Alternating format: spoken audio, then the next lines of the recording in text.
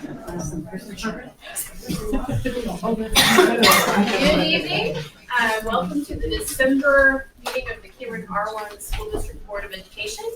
I will call this meeting to order and ask all of you to rise and say the pledge of allegiance.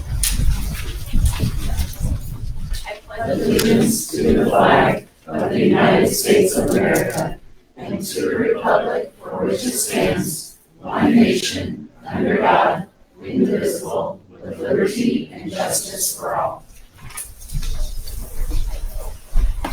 The vision of the Cameron R-1 School District is to offer an exceptional educational experience, and the mission of the Cameron R-1 School District is to educate and empower our students to reach their full potential. You have before you the proposed agenda. Do I have a motion to accept it? So moved. Moved by Mrs. Ice, second by Mrs. Clark. All in favor, raise your right hand. Motion passes. Consent agenda, past minutes, and financial reports. So I have a motion to approve the consent. Moved by Mrs. Clark. Second by Mrs. Early. All in favor, raise your right hand. Motion passes.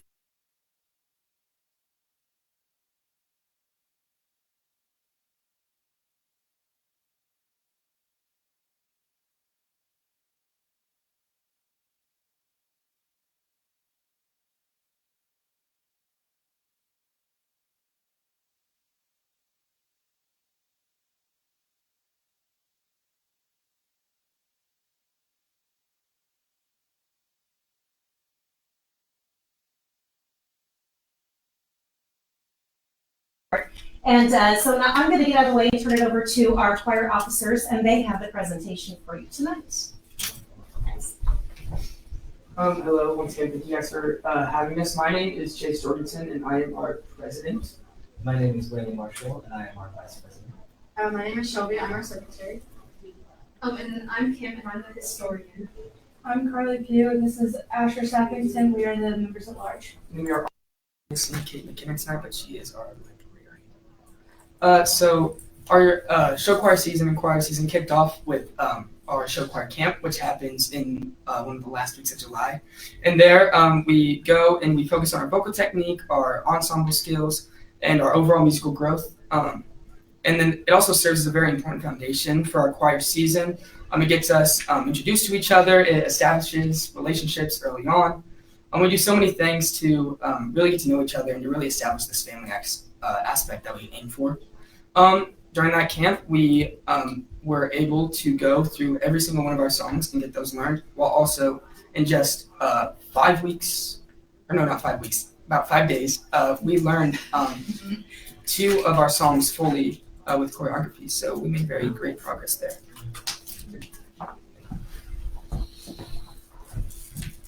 All right. Next on in the year, we had our collaborative concert with the Missouri Western Concert Chorale, which took place October 20th and 22nd. One concert was held here in our Performing Arts Center, and the other was held in their auditorium. This performance taught us how college choirs work and what it's like to be in an upper level choir. And they also got to see how we do things as well. So we actually had a decent exchange of knowledge between us high school students and the college students. Additionally, our choir performed a piece with the collegiate ensemble, which was Homeland, I believe, and it exposed us to a higher level of music expectations. Okay, next I'll be talking about district choir. So all of us students, all of us high school students, had the chance to audition for all district choir, which was an ensemble composed of singers from all across the Northwest District. This year, 30 of our students auditioned, with 24 being selected, placing our program among the 3rd highest of the rest of the school districts. Our school actually hosted the all-district choir rehearsal and performance, and it provided leadership and collaboration. There were 204 students selected for the all-district choir. 16 advanced to state choir. There are 8 alternates and 16 honorable mentions. Our program earned 2 all-state choir members, 2 honorable mentions, and 2 in the sight reading package, or sight reading B. Okay, I'll be talking about state choir. The students who advanced to All-State Choir representing our school at the highest level are Chase Jorgensen and Waylon Marshall. Our honorable mentions are Kate McKinnon and Kylie Watson. And our All-State Sight Reading contestants are Anastasia and Pamela Clemens. Their participation in All-State Choir reflects the strength and preparation of our choir program. I'll also be talking about the 4-State Choir. 16 of our CHS students will participate in 4-State Choir, an honorable ensemble that brings together the top vocalists from 4 surrounding states. The singers will rehearse and perform under a guest conductor, exposing them to advanced vocal techniques and professional expectations. 4-State Honor Choir allows our students to collaborate with high-achieving peers, strengthening musicianship's leadership and confidence. And I will be telling you guys about our jazz choir. Our jazz choir continues to develop style-specific vocal techniques, rhythmic accuracy, and performance skills. Our students perform jazz repertoire throughout the year in both school and community settings. I will be talking about our spaghetti dinner fundraiser that we had, I believe, last month. It plays a major role in supporting a lot of our funding. Our annual spaghetti dinner fundraiser plays a major role in supporting, I already said that, sorry. The funds raised allow us to purchase most of our sound system and everything else for the upcoming season.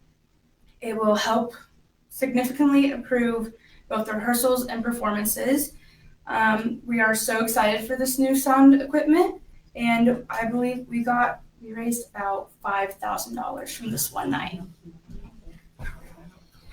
I'll be talking about our show choir competitions, and so this year for show choir we have 5 different competitions, and so these competitions will give us exposure to performing, and we'll also be able to see some of the higher level schools and see how efficient they are, and see how we can get technique and how we can see how they do things, and then bring it back and get notes, and we get so many great clinicians that help us improve our choir, not just like dance-wise like you'd think, but also vocally, that we can even apply to our concert setting and not just to our show choir. Speaking of show choir competitions, we will be holding our own show choir competition here on February 21st. It is our show fest. And so it will bring together multiple show choirs. And are we having any jazz choirs this year? No. Shame. But it will bring together multiple show choirs, and that we will all compete, and we will even perform as an exhibition. Thank you. I will be talking about our upcoming numbers. Our incoming enrollment numbers are currently being reviewed, but currently the middle school choir has a big exponential growth over the last few years, and we have 131 students out of the 319 students that are in the middle school that are enrolled in the choir program. I will be talking about our Corner Cafe performance that we just had on Saturday. We performed there as a part of a community-focused event, and it highlighted multiple soloists and small ensembles. I'll be talking about our Veterans Assembly. Our choir performed during the annual Veterans Assembly, and our music honored and recognized those who have served our country. I'll be talking to you guys about solo and small ensemble. So our students continue to prepare for and participate in small ensemble performances. We have 13 small ensembles and 29 soloists planning to compete. These opportunities emphasize individual musicianship, accountability, and confidence. And the last thing that we're going to talk about today is our musical, and while that's not necessarily part of our choir program, I would say probably a good 90%, if not more, are involved in the musical. And so our school musical included 2 sold-out performances and a matinee, which reached 90% capacity. And so that was so nice to see our community just being engaged with us and supporting us. So yeah, it was just an amazing outcome. And one more thing, our jazz choir that we talked about earlier is actually a student-run ensemble. And so that is something that us students take the responsibility. We pick out our music, we go and we learn the music, we teach the music, and we go and conduct our own pieces. So yeah, that is it. So thank you guys so much for having me.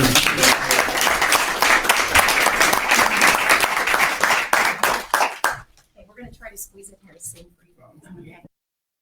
You first, Chase and Wayland, you've already been busy this evening. What did you do earlier? So we just came from the CVMS choir conference.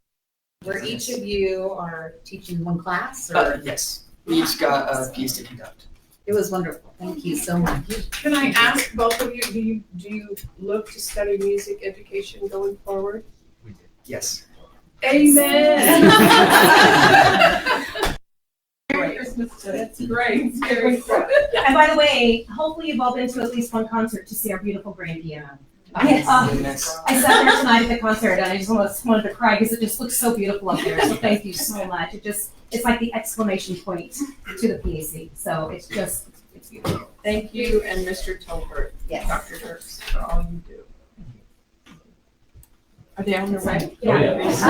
Hopefully they didn't run out the front door. Here, we're just gonna squeeze in here. Can we stand in parts? Yeah.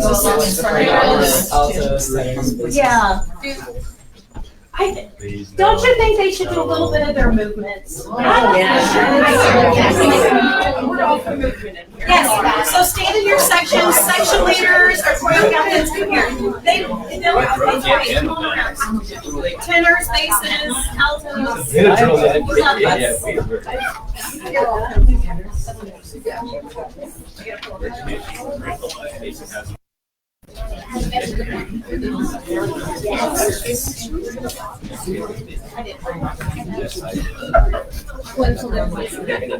Are we good?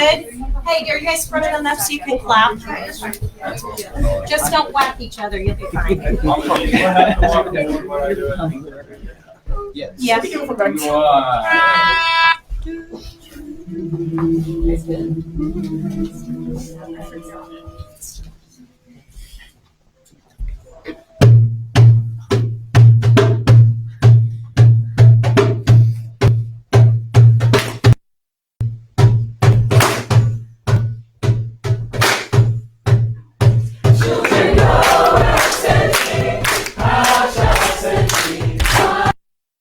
One by one for the little bitty baby, wrapped in swaddling clothing, lay down in a manger that's born,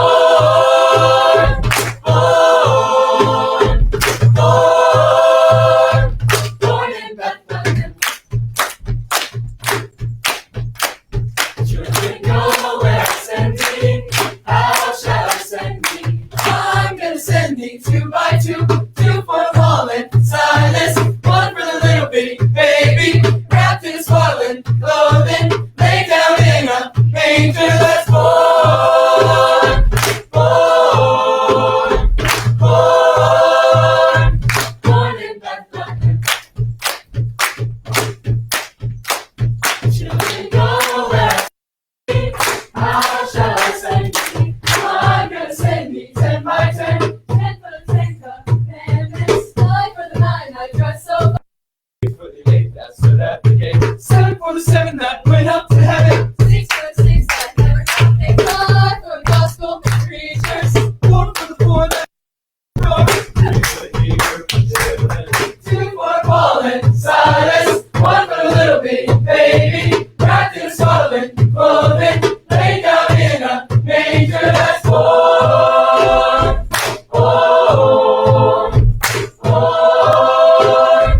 born in Bethlehem. That are right, see the show is never ending, everlasting, the moments in the heaven. You get the God's message, and the aim is the lesson. With it is the message, and the message is a festering, softening our hearts, and reaching all the people. We do this in the streets and underneath the steeple. Rather talk the talk, the youngers walk the walk. They're calling in the dark, our voice is drink the milk, eat the meat, falling at the Savior's feet. It's entertaining. Everybody take a peek at the heart of the matter. He's the King of the Kings. Married to the church, I got the Lord of the Rings. Gold streets where I'm dancing. Father got mansion, beauty God's image. What do you fathom? You're the story to grow. Hey, so it's time to go. Hey, you're the story to grow. Loving life, so it's time to go. Hey, you're the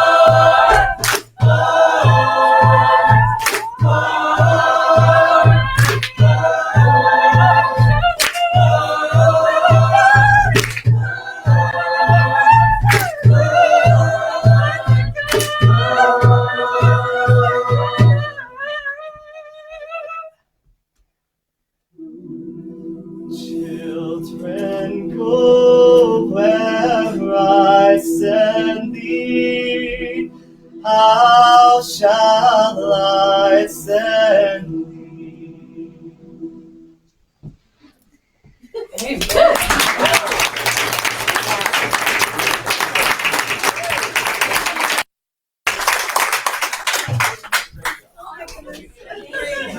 before they leave, I just want to say thank you. All of these kids, I'll present later, but most of these kids helped with the Fine Arts Frenzy, and they did a fabulous job.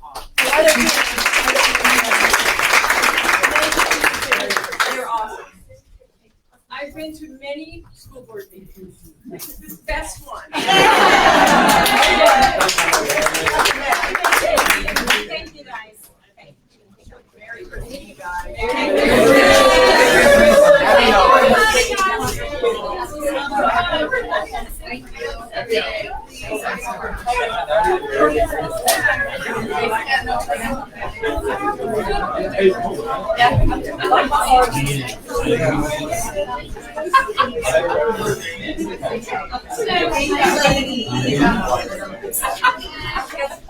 Great, good job. Good job. Is there any? No, we're serious. Good job. I don't know how anybody follows that. Well, let Dr. Robinson try with financial update. Hey. I have control over this. I should probably move this around just a little bit. Meet some other people. Yeah, I do appreciate the time. Just want to spend a little bit of time talking about kind of FY26, the year we're currently in, or the budget year, fiscal year, and kind of going forward. Our budget is getting very, very tight.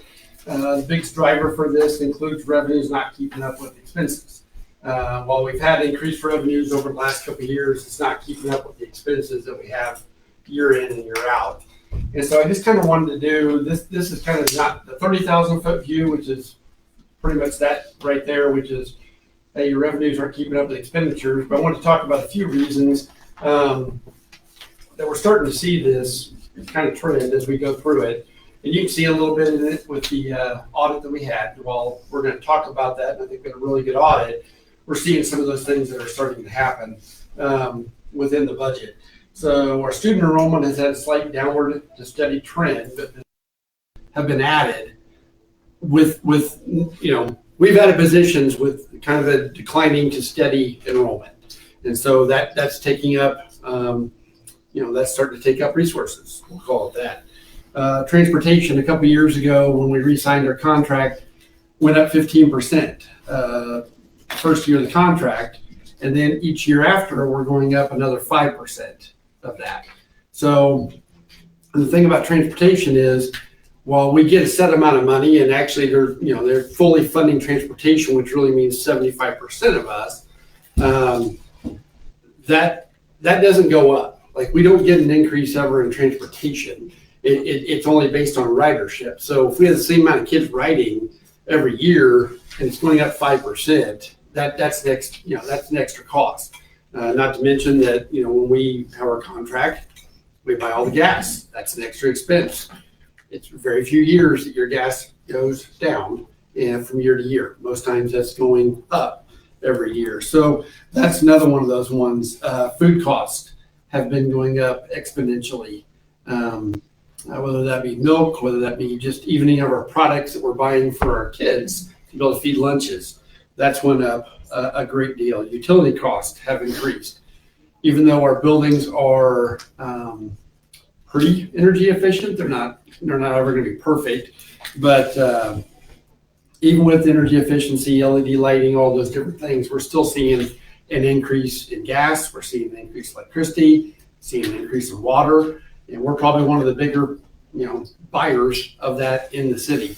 And we've seen an increase in that. Insurance, when I say insurance, I mean like right now I'm talking about property and liability and those different pieces.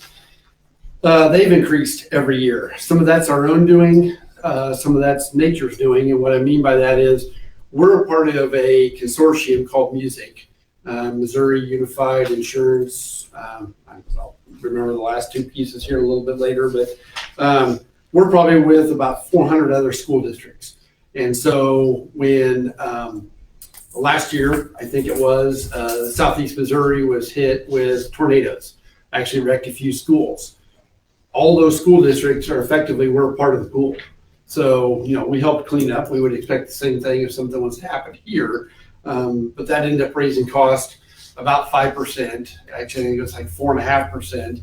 And then when I say that's nature's doing, some of our own doing is like our mod factor, which is effectively like when somebody's hurt at workman's comp, they rate you. And then if we have too many of those and we have, and they're having to pay out too much for doctor bills, different things like that, that increases our bill.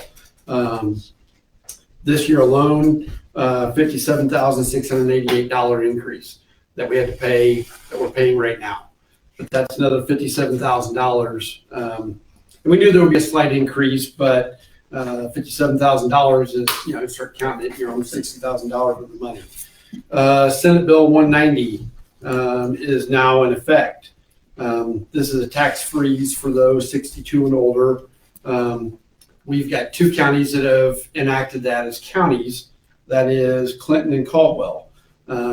Effectively, it's not where they don't pay taxes, but it freezes taxes. So it freezes at what your level is at 62. Interesting, I actually emailed Clinton County when I got this, because when I got the letter, it said that we had a credit.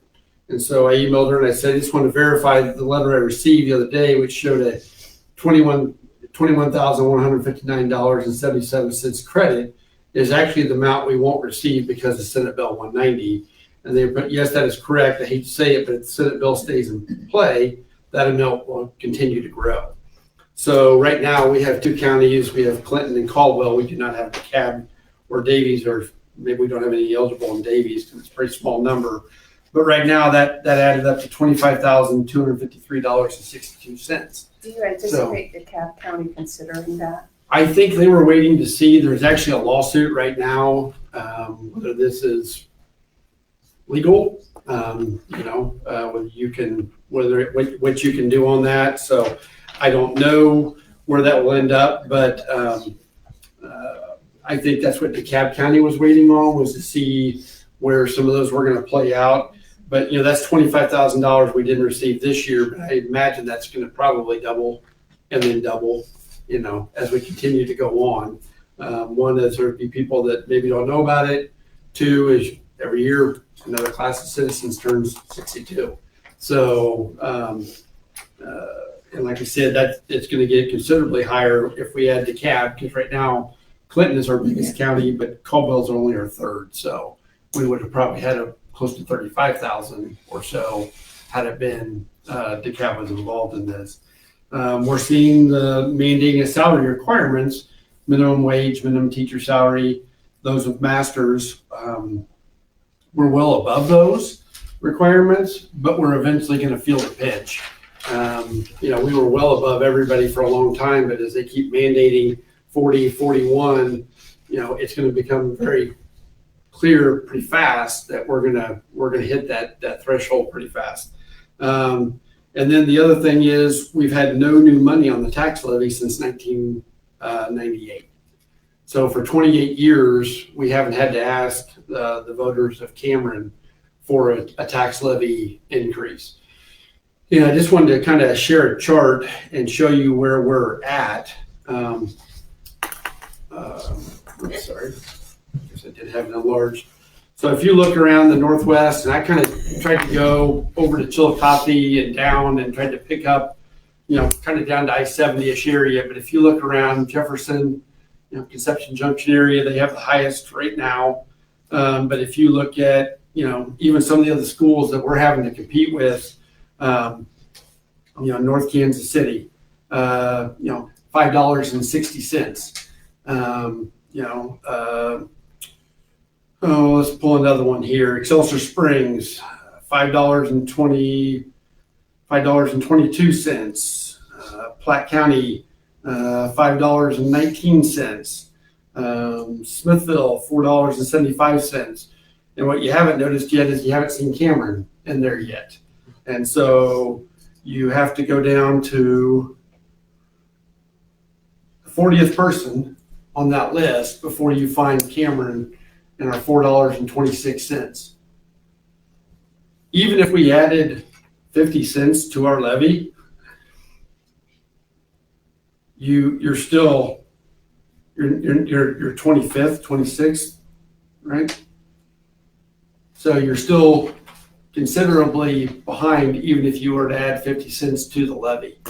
You can see where the state of Missouri is at.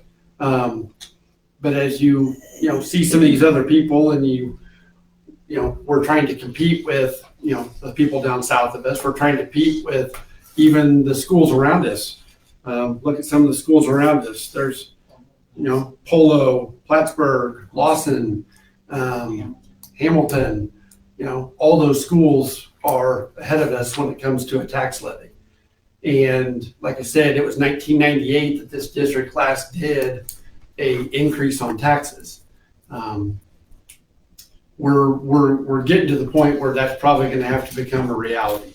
I might not be leading that charge, but that's probably something the district's going to have to look at. Like Would I said, you say, Dr. Robinson, this is Northwest Missouri? I'd say this is essentially Northwest Missouri. Okay. Yes.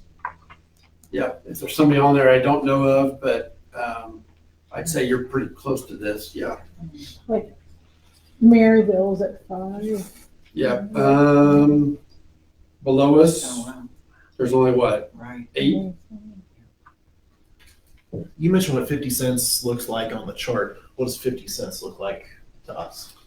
50 cents to us. Oh, let me do the math here real quick. So you'd be. I mean, just so we can get an idea of what that does to our bottom line around here. I think that.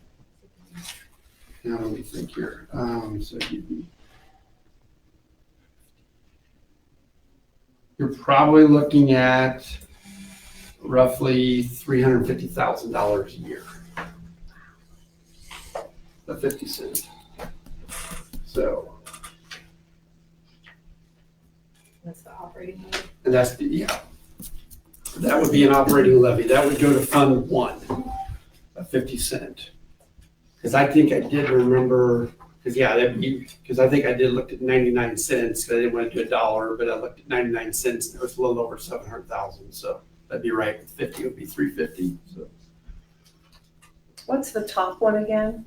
I believe it's Jefferson. I'm sorry, the amount? Oh, Lord. Which you actually had to have a special levy and get a 2/3 vote to go above $6. Yeah. Otherwise, you can't. That's state requirement. If you want to go above $6, you have to have a 2/3 vote. All the rest of these would just be 1/50. So that's all you'd have to be able to go over that threshold. Historically, in Cameron, when have other levy increases come? Do we know? Before 98, was there one? I don't know before 98. I did not look that far. No, I was just looking at Missouri DESI and noticed they had a large increase in 98. And that's why I'm speculating, but I think with an educated guess that's the year that they did a tax levy in 98, because it went up about 99 cents in 98. And like I said, if we're going to continue to remain competitive and be able to, fund all the things we want to be able to fund, including, staff, different people, we are going to have to look at it.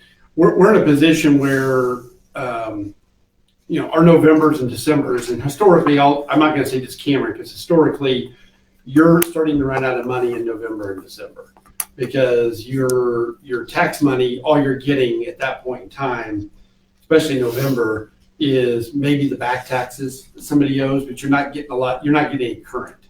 And so you really only have a short window of January, February, March, maybe April, that you're getting current taxes. And then after that, you're getting all this back taxes, and you're living off the foundation formula. And so by the time you get to November and December, you're starting to get down to, pretty low reserves, and you're starting to get down there. Now, we'll start receiving checks from the counties, but for anybody that lives in Clinton County, I just got my invoice last week. So the chances are we're not gonna have a lot of money. I mean, we're gonna make it, I wanna make it sound like we don't have bills to pay, we're not gonna be able to do all this other stuff. But our reserve will probably go down to a threshold I do not like, until we start getting some of those payments. Now in January, if somebody was looking at our reserves, they'll see 400%, but we'll start dwindling those down as we go through the year. So that's why November and December historically are always gonna be a very, very low month. The biggest influx is January, isn't it? Like when we It get is. You're biggest, going to yeah. get your probably your biggest money. Getting large checks in January. We may see some of those large checks in December, but like I said, when we're just now, we would have normally got those bills in early November, and people would have already been paying taxes. Like, oh, I want to get it done before Christmas. I want to get it out of here. So. And that change is primarily due to the new tax initiative of the 62.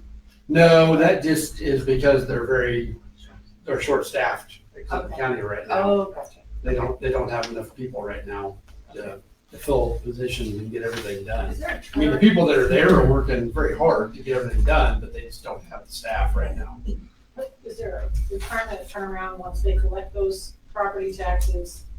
I don't know if there's a requirement or not. I mean, Cassie and I've had that conversation before that if they're sitting and earning our interest, that's not exactly, probably not the most fair thing in the world if you're collecting the money and then it's, you're banking it and then I'm not collecting interest on it, because, I mean, we will get in the millions when it comes to tax money. It'll be $6-7 million that we'll collect as a district, and even with interest rates not being great, that's still a good chunk of money you're losing on interest. So, What do you anticipate with the new considerations in the foundation formula? well, the new foundation formula, they're weighting it more on less on attendance, more on enrollment, and so that could help the Cameron School District considerably. Even with shrinking enrollment? I mean, yeah, because our shrinking enrollment is not like we're falling off a cliff. I mean, we've got some shrinking enrollment. What hurts us is we just lost our two biggest classes the last 2 years of high school. And it didn't help that we only had about 100 kids in kindergarten. So when you start playing, you just lost, your biggest classes, and they were 20 kids, 30 kids bigger than every other class in high school. And then you only bring in 100 kids. It looks like we lost 40, 50 kids, when you do that, you look at the math on that. But when you start looking at enrollment and what they have to do to what they call the state adequacy target, which is a little bit of a joke, because the state adequacy target said you're going to get 7,000, maybe I guess it's $6,700. You're going to get $6,700, but whatever taxes locally come back off that. And so we lose almost 40% of what the state should be giving us when they tell everybody they're fully funding the foundation formula. I'm losing almost 40% of all for every kid just because, our local taxes make up some of that.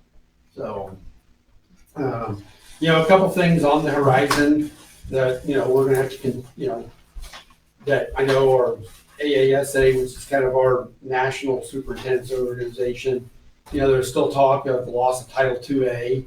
Well, for us, that's $57,000. I mean, that could be possible loss of some title. They're talking about cutting title $4 billion still. Not getting rid of it, but cutting $4 billion out of title. So I don't know what percentage that would be for us, if that's, it's a nationwide program, but that's a possibility. The governor is really pushing really hard right now, and you may see some legislation on reducing the income tax, if not cutting the income tax. That is out there, and that's a lot of state money. And I know nobody likes taxes, but when we're pretty much a tax-driven entity, that starts getting a little worrisome when we start talking about that erosion.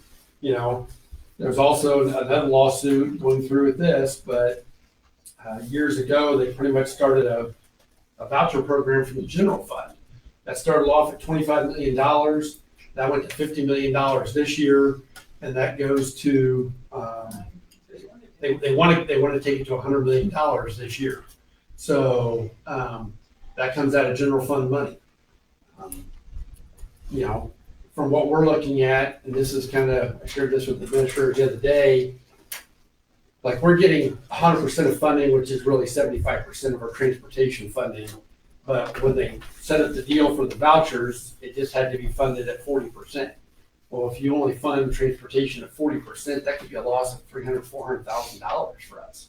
You know, and then you're really, I mean, that's a huge hit. And again, transportation goes up. You know, we're not getting any new money on those different things. And then I think we're going to see the increased loss from Senate Bill 190. I'm not trying to be the Grinch here, but I do want to kind of share the reality of where we're at. And, you know, as we look at, and I've already told the administrators, as we look at hires, we're going to be very deliberate in looking at positions. When 70% of your budget is going to be staff, you know, that's got to be the first place. I mean, cutting a couple $100 here and there in a supplies budget is probably not going to get you to where you need to be. And I do want to leave, you know, the next person in good financial standing. Plus, we don't know, like with insurance, we don't know where we're going to end up. You know, I don't know if I'm going to have to pay another large bill in insurance like we did last year, which was almost $430,000, if I remember right. So, you know, just kind of want to set the reality. And again, this won't be just a Cameron problem. It's going to be kind of everywhere, especially if they change the foundation formula, which they're not looking to make any recommendations until I think about this time next year. I think they're still going to be working through their subcommittees and doing all of that. But really where you're going to see that hurt is a lot of districts have been living on enrollment from 2005. And they're called hold harmless. And so they've been, you know, they may have been 150 kids bigger collecting money, but they haven't got any new money, but they're still living on that. You know, and if you take those 150 kids out, I mean, you know, like where I was at before at Worth County, that's $400,000 off the top. You know, for a budget that's only a couple $1 million, that's a lot of money. So, what kind of advocacy is NASA doing with regard to the Missouri Scholars Program? Well, they're helping with the lawsuit. The NEA teachers organization has filed a lawsuit. To look at the voucher program, that program to put that money back into it. You know, the legislators did approve a $300 million increase for schools, but we keep hearing that although state revenues were better in November, I just heard yesterday, but we're still hearing it could be a withholding this spring, and if they do, they'll probably take that $300 million away from us. So anyway, so. Yeah, it's just going to be a really, it's a tight position we're in, and the budgets are going to continue to stay tight for a little bit. Then what's confusing about that is they're going to see people, and we're going to see us doing building projects, and they're going to see some of those things that we've done, but it's two separate pots of money.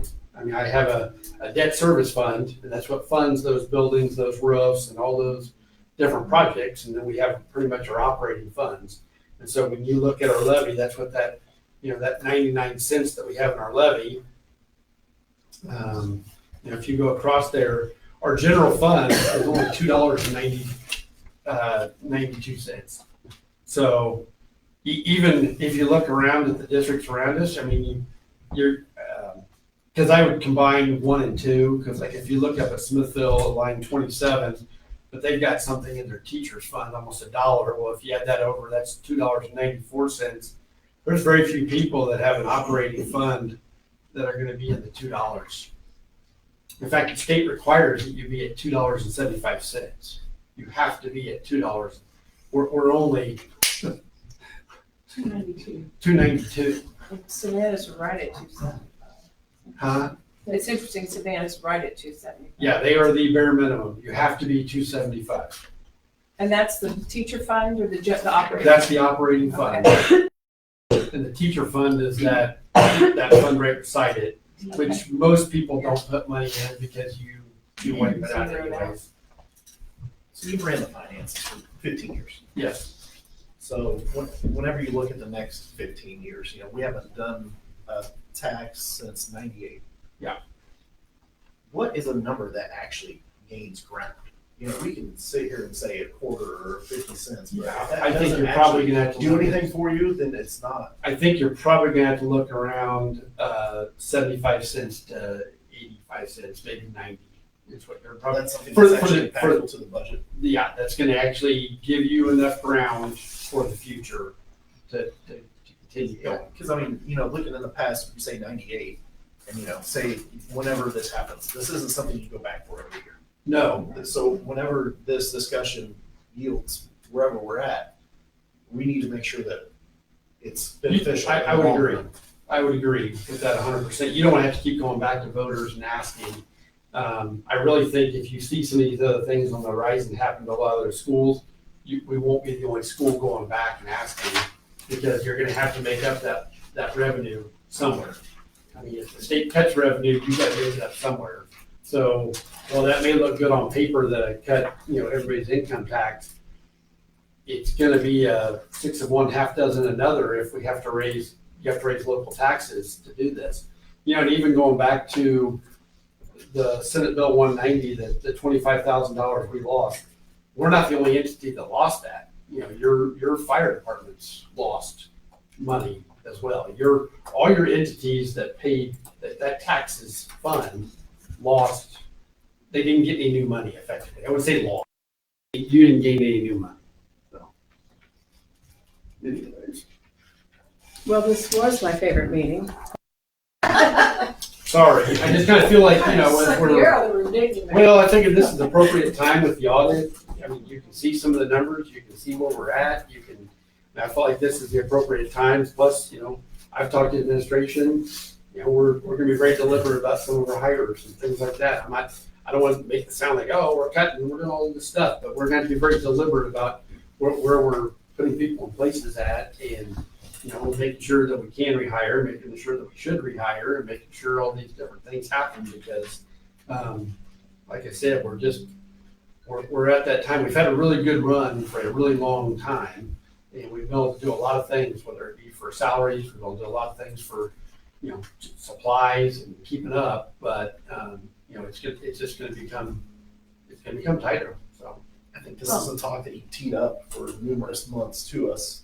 And I think us as a board, we should really dive into this and make sure that this stays a hot topic for us. Yeah. Because this isn't going to go away. I mean, the chart's down now, but yeah, I think this is something that we fully need to discuss. We need to really dive into and see what. This I plan on. I don't like taking the focus away from what a school is, which is academics and and those different pieces. At the same time, we cognizant of what pays the bills, and like I said, nobody wants to pay taxes, but it may become a necessary evil. Nobody wants to pay taxes, but we want everybody, we want our future generation educated. Yes. And we want educated people. We don't want to cut ourselves to the point that it's a complicated funding source too. It's not a.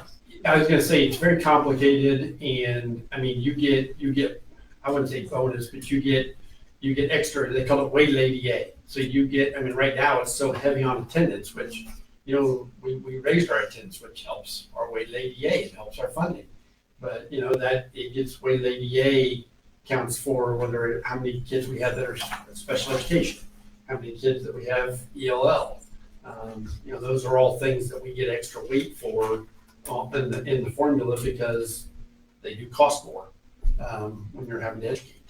So, Having had healthy reserves for so long has helped us kind of hold on. well, that's the thing. We've been able to have healthy reserves for a long time, and we saw our reserves drop down to high 17%, 18%, somewhere in there. We kind of finished the year or whatever last year, and so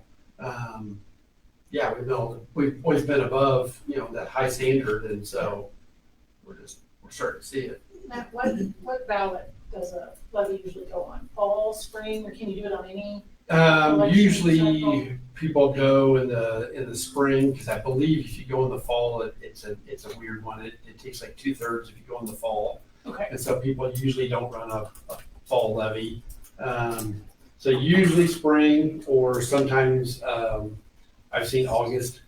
And so you can run an election in August. And so, yeah, that's the two most common. And I'd say it's probably 70% April and 30% August. Because sometimes somebody may try something in April, and if it doesn't pass, then they bring it back in August. So, The critical piece of this will be messaging, because it is complicated and it's hard to understand why you're putting up new stuff, and so I think it's important that we find streamlined ways to educate people.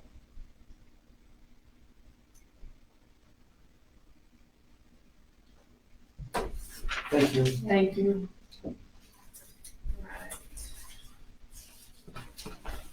Next on the agenda is the district cardiac emergency response plan. Dr. Ormsby.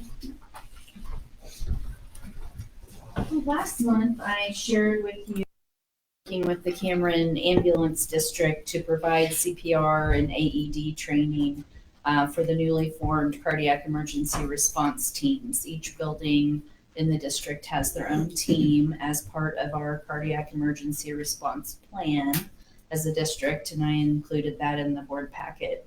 In addition to being a great partner in the process of developing this plan, Cameron Ambulance Assistant Director Brandon Duffy decided to take it one step further and applied to the Cameron Regional Medical Center Foundation for a total AED upgrade for our entire school district, which accounts for the replacement and new placement of 10 total AEDs throughout the school district. And that is a project totaling $23,946.72. He did that completely on his own accord, just surprised us with it. I was scrambling, trying to figure out how to write grants and how to come up with the money for it and not be a burden on us, because it is a state requirement now, and he just magically decided to do that on our behalf, which I thought was wonderful. Again, we'll be placing these strategically throughout the district's facilities. That'll include all 4 school buildings, the Performing Arts Center, the football field, the School Resource Officers Patrol Unit. You didn't know that? Surprise. And central office. So right now we're a little limited where they're at, but the way that the law is written that requires all this is that it has to be accessible to anyone in the community who is on that district property or using that facility. So we'll even be placing them outside, of course, with a camera on them. But it's going to be a wonderful resource, whether you are a student here, a staff member here, or you're in a youth program that utilizes our facilities. You will have that available to you and all of the people that work with your program that you're in. So I'm really excited about that. I wanted to share what Brandon wrote in his application to the foundation. He stated, "These devices are vital to ensuring the safety of our students, staff, and visitors in the event of a sudden cardiac emergency. The Foundation's support of this initiative will directly enhance the safety of our school community and demonstrate a shared commitment to the health and well-being of the citizens we serve, including the most vulnerable population in our local schools." So on behalf of the Cameron District, I wanted to thank Brandon Duffy and the Cameron Regional Medical Center Foundation for this investment in the safety of our students and staff. We're really proud to partner with both of them. So great news. All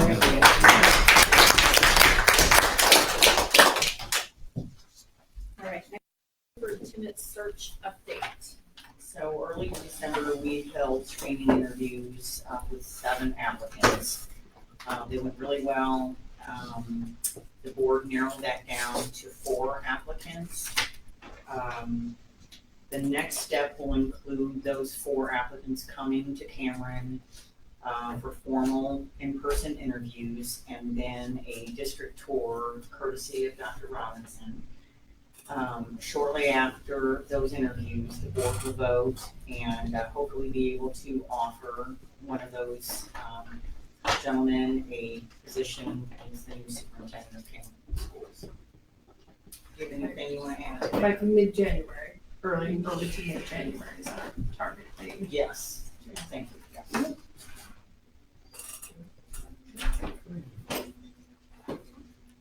Construction update? Yeah, I'll be pretty quick on this one. Because I think last meeting, we were just finishing up the roof. I think they just had a couple pieces of metal capping they were putting on, and they did finish up that at Parkview. So they did finish all the capping and all of that. So that's all done.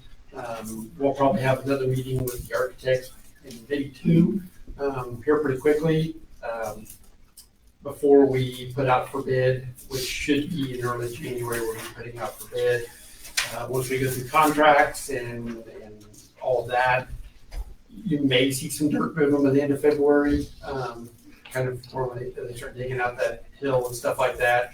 They've had a couple other engineers up the other day, I think maybe yesterday actually. Yeah, they did. Yeah, I think they were walking around looking at a couple other things for engineering and some different pieces. So they're getting close on all the plans, and like I said, we'll be ready to have somebody for the board to select at the January board meeting. So. Okay, thank you. All right, on to the administrative reports, special services.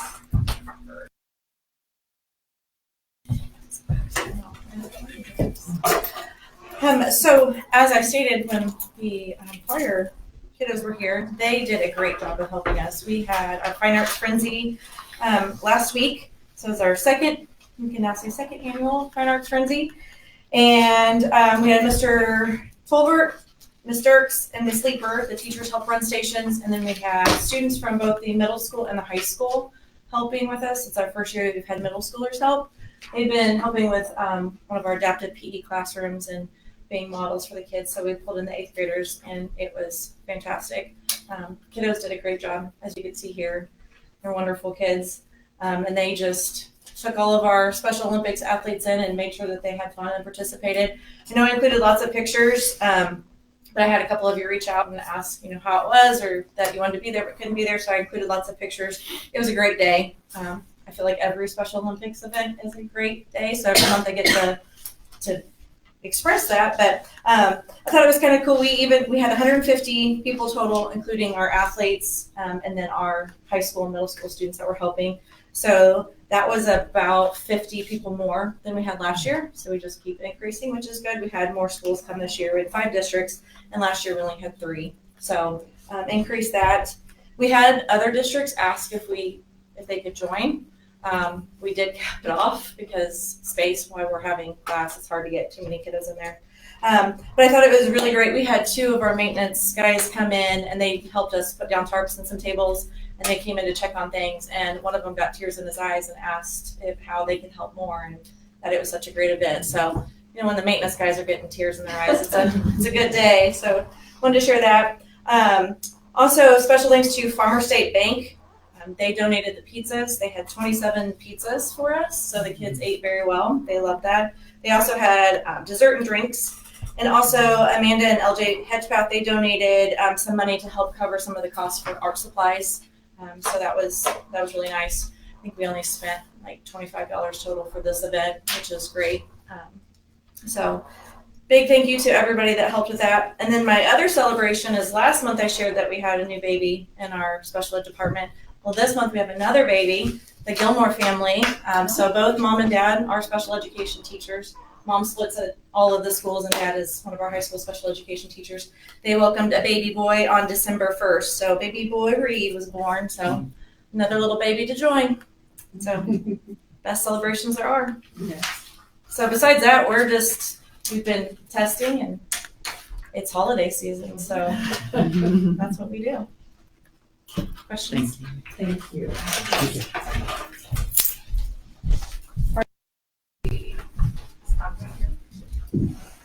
Yeah, she's. I'm in the back. All right. It's a very magical time in my building, as you know. We had a very special visitor this morning, straight from the North Pole. Santa came and greeted students. So lots of great pictures on Parent Square for you to see there. Also after school today, we had a fun staff get together. Miss Riley and I put together a scavenger hunt, and one of the things they had to find is somebody with the most years in the district, and I was in the top 2. So I had to prove it This was the first year we did photo IDs in Cameron, and I was here for it. The year before it was just barcode, so that was pretty fun. We were high tech that year for sure. We are also wrapping up our benchmarking season. We had 37 Zenith referrals, and so we're going through that. Screening will happen when we come back from break. In January, I'll be sharing with you some really cool data that we're getting from our Starphonics program that really it drills it down even more. So I'm really excited to share that with you. We had our music programs. One had to get postponed because of the snow day, but they went off great. The kids did great. We did second grade celebrated Christmas around the world. They tried traditional holiday foods from different places. That was a lot of fun too. So, any questions for me? All right. Thank you. You too. CIS, Mr. Becker. Good evening. Just a few things to add to the board reports. I always want to send a shout out to the Cameron Police Department for what they do for our community. And they just ran a big food drive.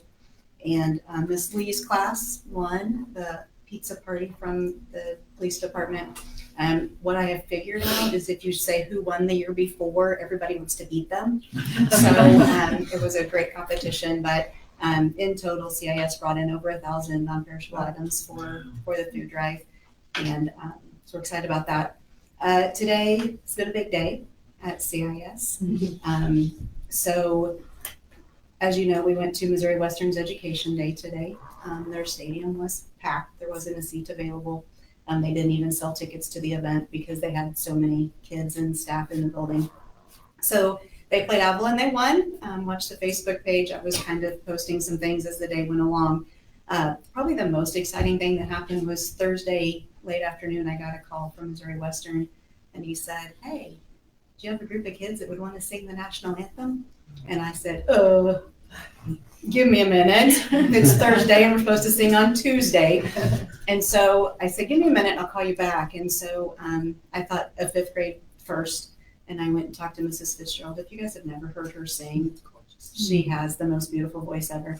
I said, hey, you want to sing the national anthem on Tuesday? She said, sure. I said, how about 21 kids with you? She was like, okay, we'll do it. So they got out there today.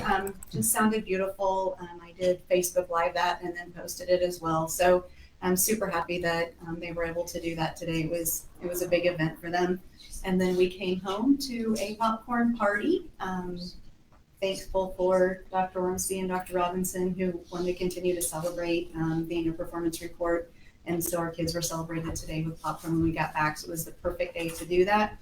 And I do want to send a shout out to Mrs. Morley and Miss Nancy as well. They spent the afternoon popping popcorn while we were gone. They were sending me pictures and I sent them back a video of what we were doing. So they said it was quieter at CIS than where I was. So, but anyway, it takes everybody, right?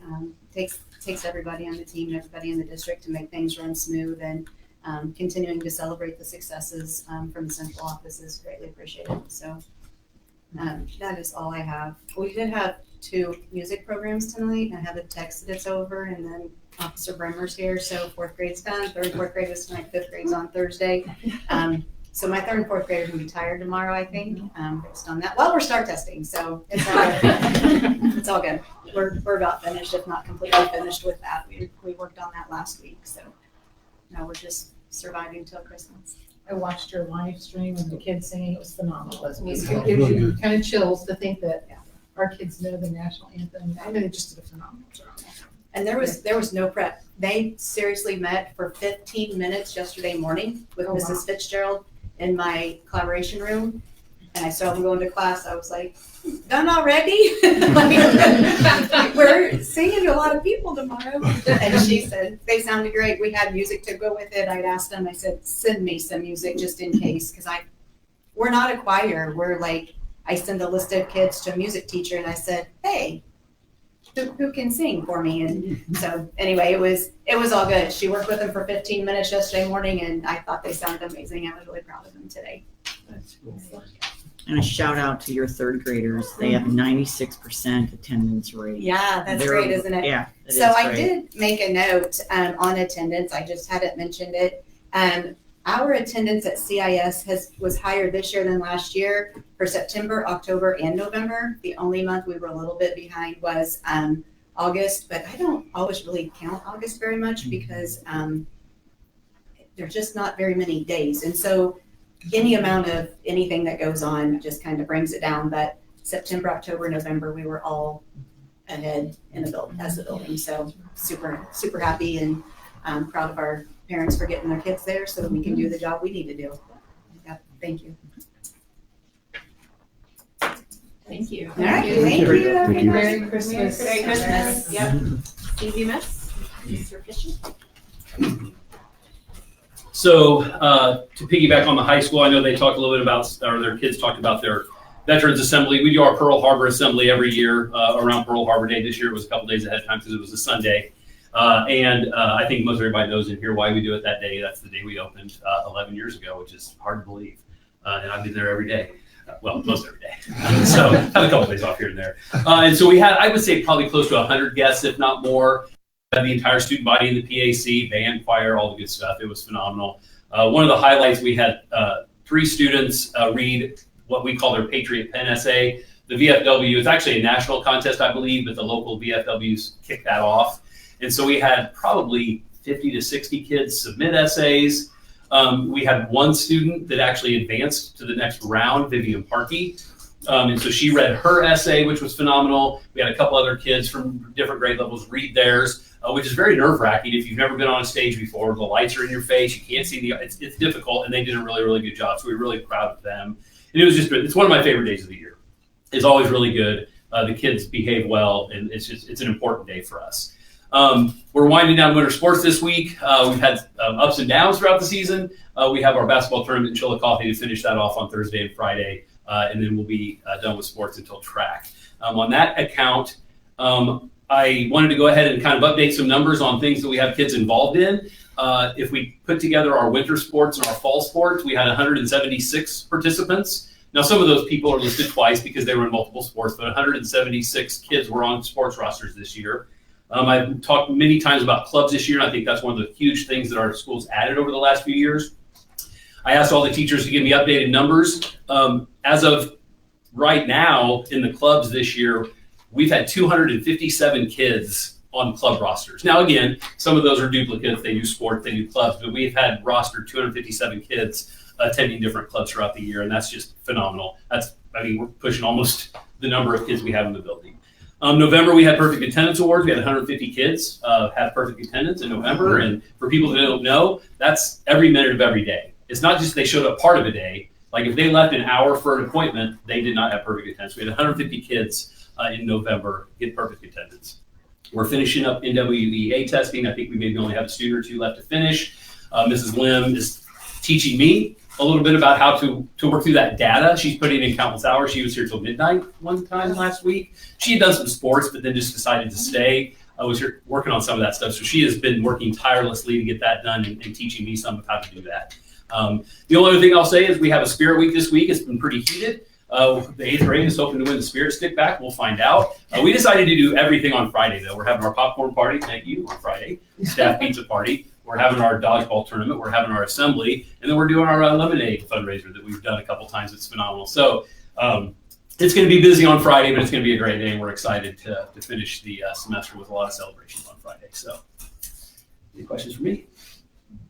You just sound like you're sitting around doing nothing. This time next week, I probably will be. So, all right, thanks. Somehow, yeah. Merry Christmas. Merry Christmas. I was joking. I know you are. All right. Good evening. Sound redundant. A lot of mine's the same celebrations as Mr. Fisher. We had our patriotic concert right before Thanksgiving break. I know that feels like forever ago. I know it does for me. But I want to give a shout out to Donna Frazier and our kitchen staff. We had the highest attended breakfast, appreciation breakfast that morning.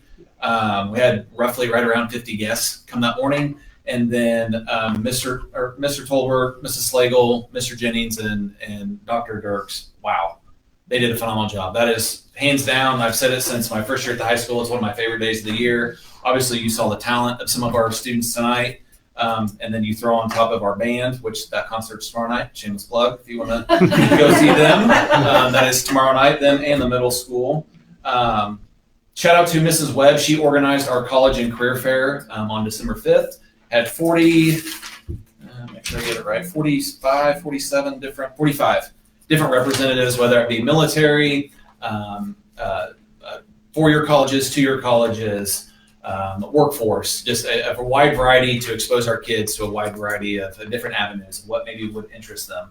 NWA testing, finishing up that. I do want to give a shout out. I know it's a lot of testing this time of year, but our freshmen and sophomores not only took the pre-ACT and then go on Thanksgiving break, and then immediately when they come back, they're taking the NWA. So they have all of our student body were over tested, and they persevered and they tried their best, and that's when I'm talking to them, that's all I ask. So NWA, and then a shout out to those guys, freshmen and sophomores, for their efforts on pre-ACT. First time we've ever done it, so excited to continue with that and grow. So the mock ACT, that was all sophomores.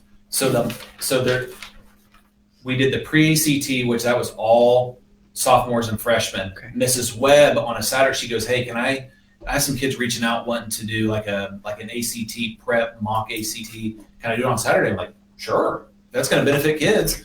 So she opened it up. 8 applied. She had an application. 4 ended up showing up, and so she's really eager to get they took that last Saturday. Okay. So we don't have that. I looked today. We still haven't got those results. So she's anxiously awaiting those. But basically, they took a full ACT, had it scored and everything. So it kind of gave them an idea.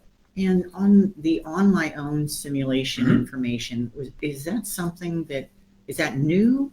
We did that last year with seniors. And so the Missouri department, they wanted to try it with juniors this year just to get some different data. But it's very similar if you look at last year's compared to this year's. But yeah, the University of Missouri Extension Office. That's great that they have that kind of exposure. Yeah.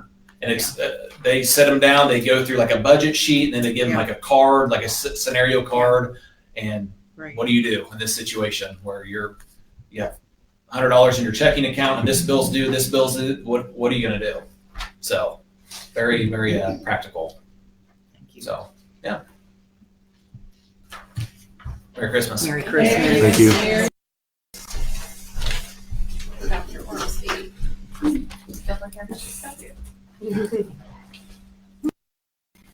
Oh, goodness. How about that choir? No. Still relishing that. It's beautiful. So happy to have groups coming to our board meetings and presenting, and couldn't ask for a better way to kick off the holiday season than that. That's an example of the Success Ready Student Network that I wanted to highlight out of my board report this month. Having that opportunity, like Dr. Dirks was speaking about Chase and Waylon and how they were going, and having those leadership moments, and helping Mr. Tolbert with the middle school choir, and actually, working with an individual class where they're a tutor, and being able to lead them. Those leadership opportunities are examples of what the Success Ready Student Network is all about. We are diving more deeply into that. It started out as a statewide group that we were a member of as a district, and then more recently there is a Northwest chapter of the Success Ready Student Network. So I've been attending those meetings for both entities. And their focus right now is just really getting all of the districts that are able to join to talk about what they're doing to accelerate student learning and better prepare kids for the workplace or for post-secondary endeavors, whether that be VOTEC or college, or again, military or their career choice of employment. So we are looking at different examples with the principals. I asked them, gave them a little challenge to list different activities that they're currently doing that qualify for Success Ready Student Network. And, because I'm not the lady with all the answers, and they have great ideas too. And having them list them was just very exciting to see all the things that we are doing. I feel very proud of our district when I am in these meetings and we have the opportunity in little Zoom groups to get with other districts and share what we're doing. And Cameron's always like cream rising to the top when it comes to, the opportunities that we offer our kids. Just like at Parkview this year, I think Nicole was shared about their partnership with the high school leadership class and those kids coming in and working with the students. The Cameron Intermediate School has their community partnerships with different businesses that come in quarterly and work with the kids. That's been a wonderful experience that Mrs. Ruckers had. The middle school has art in the community. It increases as kids get older. First Fridays for Dragon Designs, and they are delivering merchandise.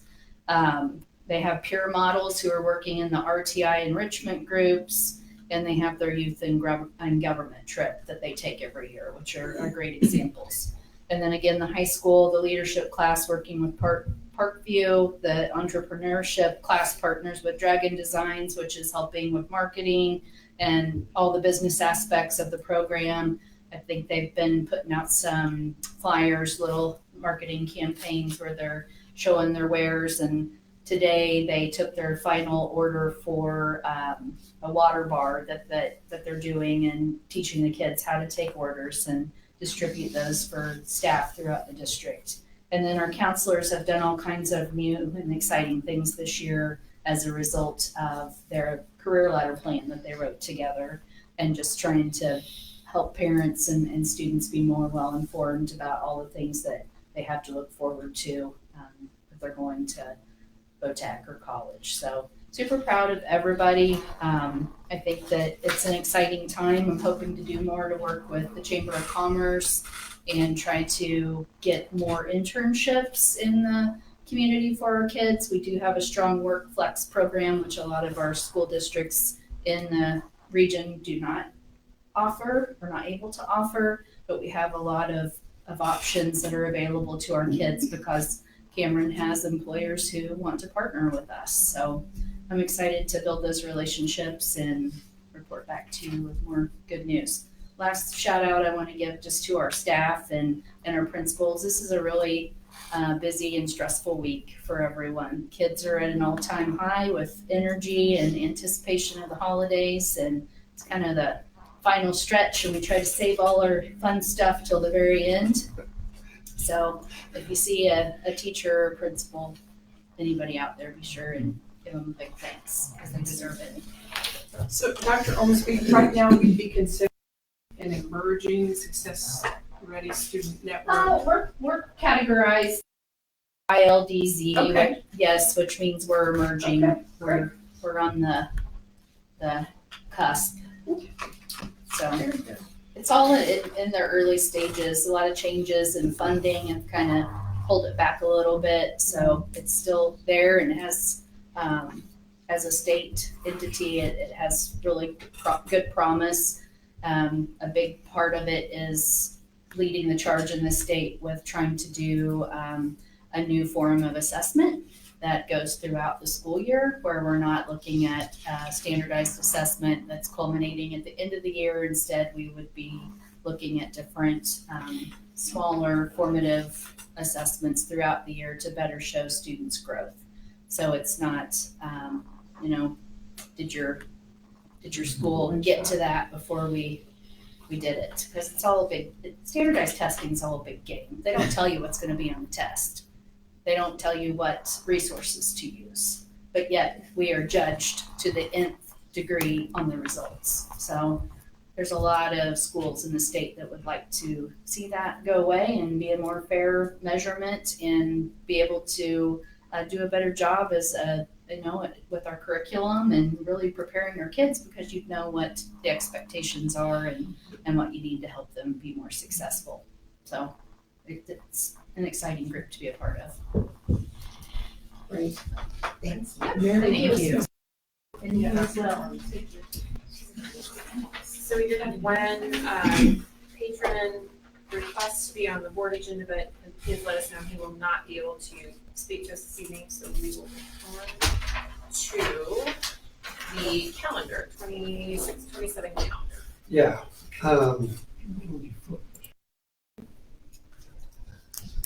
Okay. I've got it up on the board. You can see it on your screens, but this is just the calendar for next year.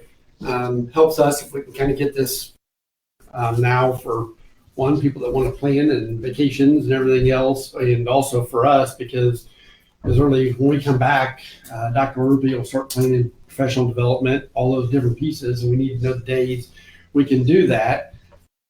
I sent out a survey last week to staff. I think I had 130-ish people respond to it. We're a little bit limited on some of the things with the calendar, so there's not a lot I can do. Like start date, we couldn't start any earlier than the 24th. In fact, I heard there could be possible legislation coming out for that, but it's like I told the administrators, if that comes out and gets passed in April or May, that's not going to make people happy if we're adjusting a calendar in April or May and doing it. So I think it's just going to be one of those things where it's going to have to roll with it. Anyway, so if you look at August, I'll just come in and do some highlights real quick. August, we don't start school the 25th of August, so we're late. Got a few days in there before for staff the week before. Obviously, Labor Day on the 7th, and right now we kind of have tentatively scheduled homecoming on the 25th. We ran into a little bit of a wrinkle on that with St. Joe now going to 2 schools and closing Lafayette at the end of the year. We had Lafayette planned to be our homecoming. Right now, we don't even have a football game for that week yet. Well, that's a victory then. Yeah. Count it. I guess, yeah. Yeah.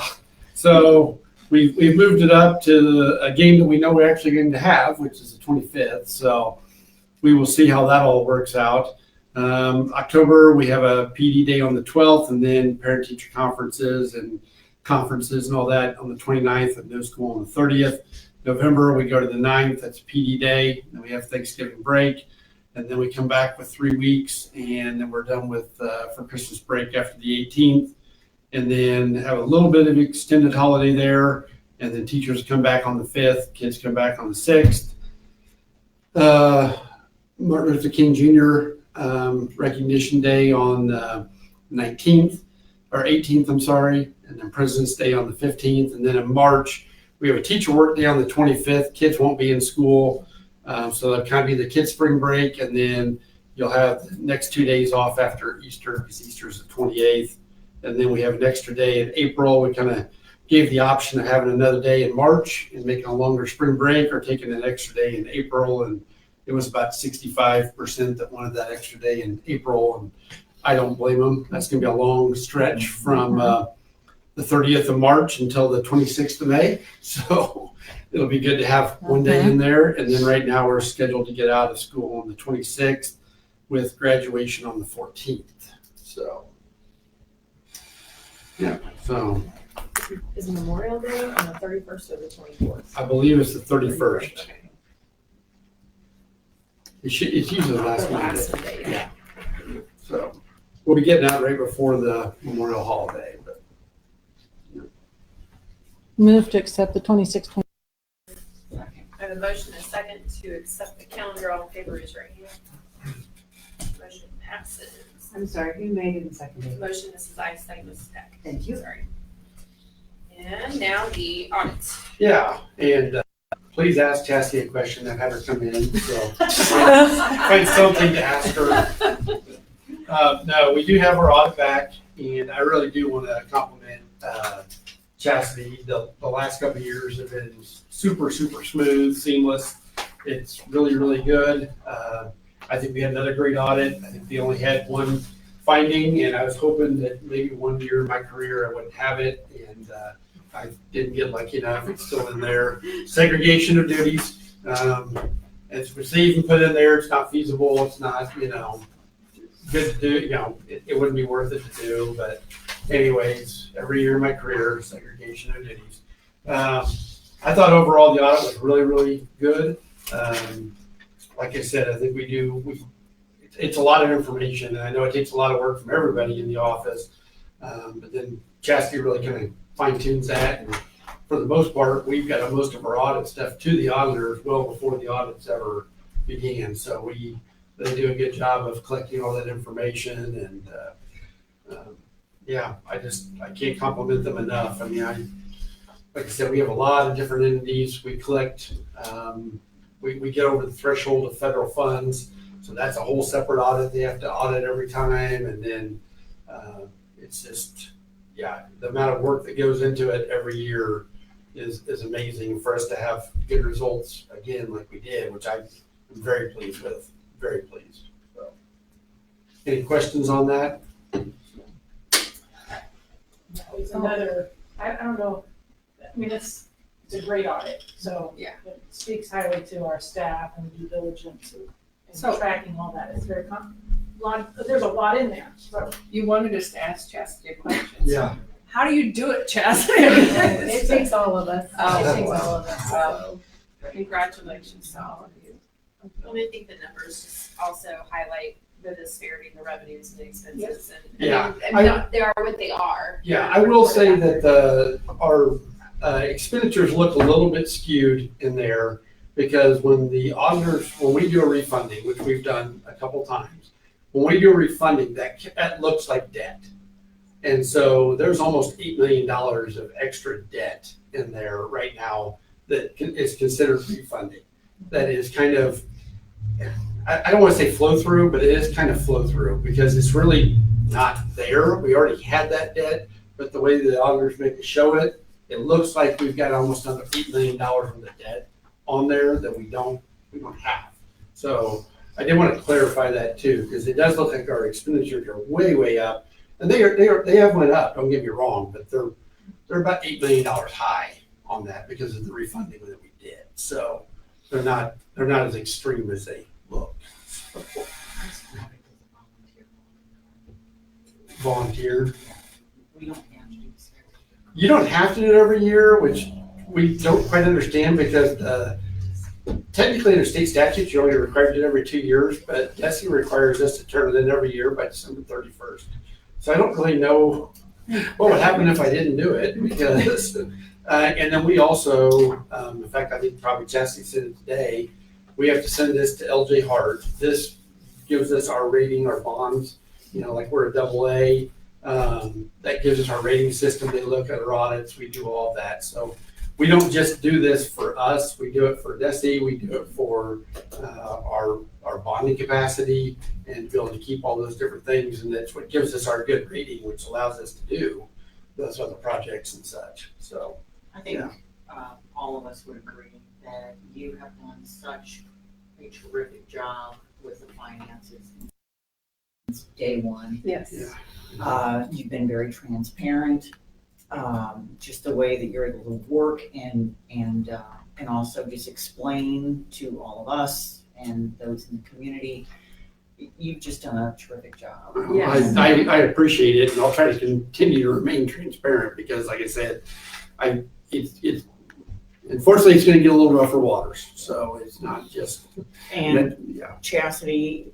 He cannot say enough good things about you and That's just true. the help you provide, your professionalism. And you're right, it is a team effort, but you're key. So thank you for your work. Much appreciated. Here, here. Do I have a motion to accept the 25 audit? So moved. Mrs. Beck, second by Mrs. Ice. All in favor, raise your right hand. Motion passes. Who made the first motion? Jackie? Yeah. Jackie and Pam, second. All right. Board member comments. I just want to wish everybody a Merry Christmas and a Happy New Year. Yes. We're looking at me, so it's like five things. I just want just a shout out to businesses in this community that step up all the time for our school district. Farmer State Bank, Cameron Regional Medical Center, Cameron Police Department, Ambulance District, and so many others, and private citizens, the Hedgepeths, Brandon Duffy, just to name a few. And it just really, really shows how much the district is supported by all of those people. And thank you. And then also just a Merry Christmas to the parents and the students, and boy, the teachers and building administrators definitely deserve a break. So just wishing you a restful, healthy Christmas break. And then hopefully we'll have a snowstorm at the end of that. You have the choir just sang a song called Snow Day. Yeah, So it was come on. cute. Yeah. Let's manifest it here.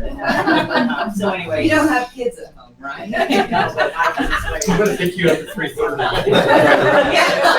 And then finally, my colleagues, it's always a joy to work with you and such a good group. And Thank you, Merry Jerry. Christmas. Merry Christmas. Well, I did get to go to the middle school choir concert tonight, and then just to have Mr. Fisher share how many students are involved in choir and in band and in all the clubs, and then we get to read about the high school activities. You all know I'm just like a crazy sucker for school spirit, and so there's so much correlation between kids that are involved in things beyond just the classroom, and how that leads to attendance and leadership roles and success-ready students and all the things that we are trying to do.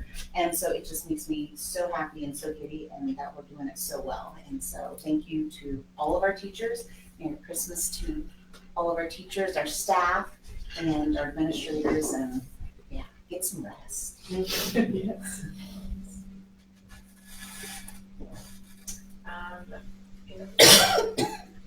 I would just like to just share, as I was at the choir concert tonight, and you see the different grades going in and the different teachers involved and administrators that are there. It just takes the entire community to support our kids, and the focus always should be on our kids. I just hope as we talk about, all the great things that are going on, we don't lose focus on the great things that are going on in the classroom, and we appreciate all of the cat herding that happens at this time of year when there's so many, the energy is off the walls and there's still teaching going on. We just appreciate everything everyone's doing, and we appreciate our resource officers, our police officers, and our partnership with our Cameron Police Department and our Sheriff's Departments, just keeping everyone safe. And so we just look forward to wrapping up this calendar year and charging into 2026. So thank you all for everything you're doing. It's great. I will accept a motion to go back into closed session under 610.021 subsection 2 and 3. So moved. And 13.